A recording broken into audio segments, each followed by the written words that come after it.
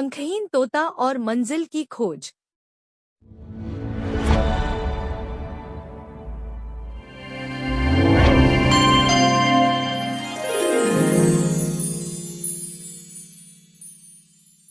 नमस्ते बच्चों, मैं हूँ आपका प्यारा दोस्त बिल्लो बनी। क्या आप तैयार हो एक मजेदार और जादुई सफर के लिए, जहाँ जानवरों की दुनिया है मस्ती से भरी और हर कोने में छुपा है एक कमाल का सबक। यहाँ दोस्ती है, मजा है और सीख है जो बनाए आपको और भी होशियार। तो जल्दी से अपनी कल्पना की सीट बेल्ट बांध लो, क्योंकि अब हम उड़ने वाले हैं कहानी की उस दुनिया में जहां हर पल है रोमांच से भरा और अंत में मिलेगी एक प्यारी सीख। तो आंखें खोलो, मुस्कुराओ, क्योंकि अब शुरू होती है आज की जानवरों वाली कमाल की कहानी। हरे भरे सनसनाते जंगल में ढेरों पक्षी रहते थे, रंग बिरंगे, तेज उड़ने वाले, चहचहाते हुए, आसमान को छूने वाले। लेकिन उन्हीं के बीच रहता था एक अनोखा तोता, टोनी, जिसके पास पंख तो थे, लेकिन वो उड़ नहीं सकता था। जब बाकी तोते आसमान में झुंड बनाकर उड़ते, टोनी नीचे बैठकर उन्हें देखा करता। उसके पास पंख नहीं थे, लेकिन आंखों में एक चमक थी, कुछ कर दिखाने की। बाकी पक्षी टोनी का मजाक उड़ाते। तू तोता है या टमाटर? उड़ नहीं सकता तो तोता कैसे? लेकिन टोनी चुप रहता। वो जानता था कि उड़ना सब कुछ नहीं होता। टोनी को हमेशा लगता था कि इस जंगल में उसके जैसे किसी के लिए जगह नहीं है।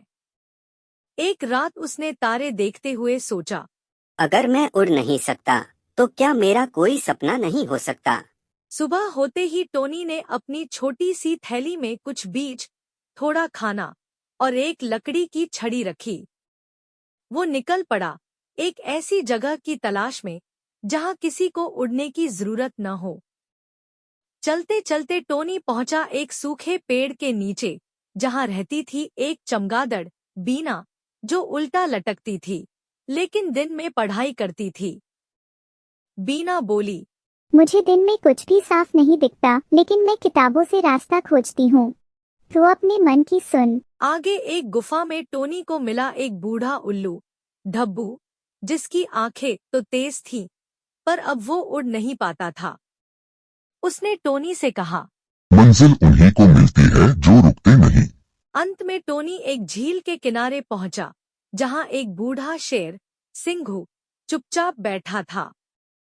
उसके पैर में चोट थी, वो अब जंगल का राजा नहीं था, लेकिन उसके पास अनुभव था, हिम्मत थी और सोचने की शक्ति। टोनी ने पूछा, क्या कोई ऐसी जगह हो सकती है जहां उड़ने, दौड़ने या ताकत की जरूरत न हो, सिर्फ समझदारी की हो? सिंघू मुस्कुराया और बोला, ऐसी जगह हमें नहीं मिलती, हम उसे बनाते हैं।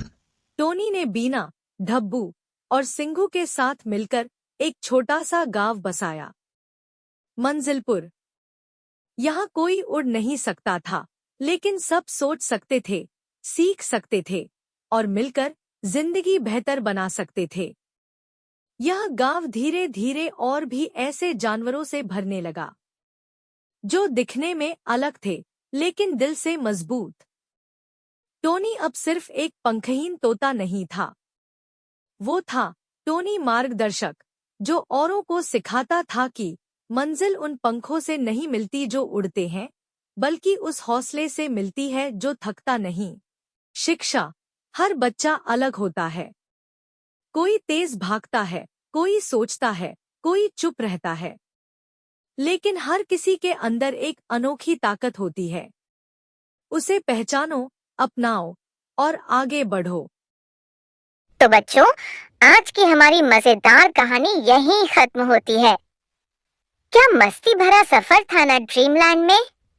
हमें तो बहुत मजा आया और उम्मीद है कि आपको भी आई होगी मुस्कान। अब बताओ जरा सोच के, अगर तुम उस जानवर की जगह होते तो तुम क्या करते? हमें कमेंट बॉक्स में जरूर बताना, हम पढ़ेंगे हर एक जवाब। और हाँ, अगर आपको हमारी ये कहानी पसंद आई हो तो वीडियो को एक बड़ा सा लाइक देना मत भूलना और ऐसे ही मजेदार कार्टून देखने के लिए ड्रीमलैंड चैनल को सब्सक्राइब कर लो। हम फिर मिलेंगे एक नई कहानी और नई सीख के साथ। तब तक के लिए बाय बाय। ड्रीमलैंड की दुनिया में फिर मिलेंगे।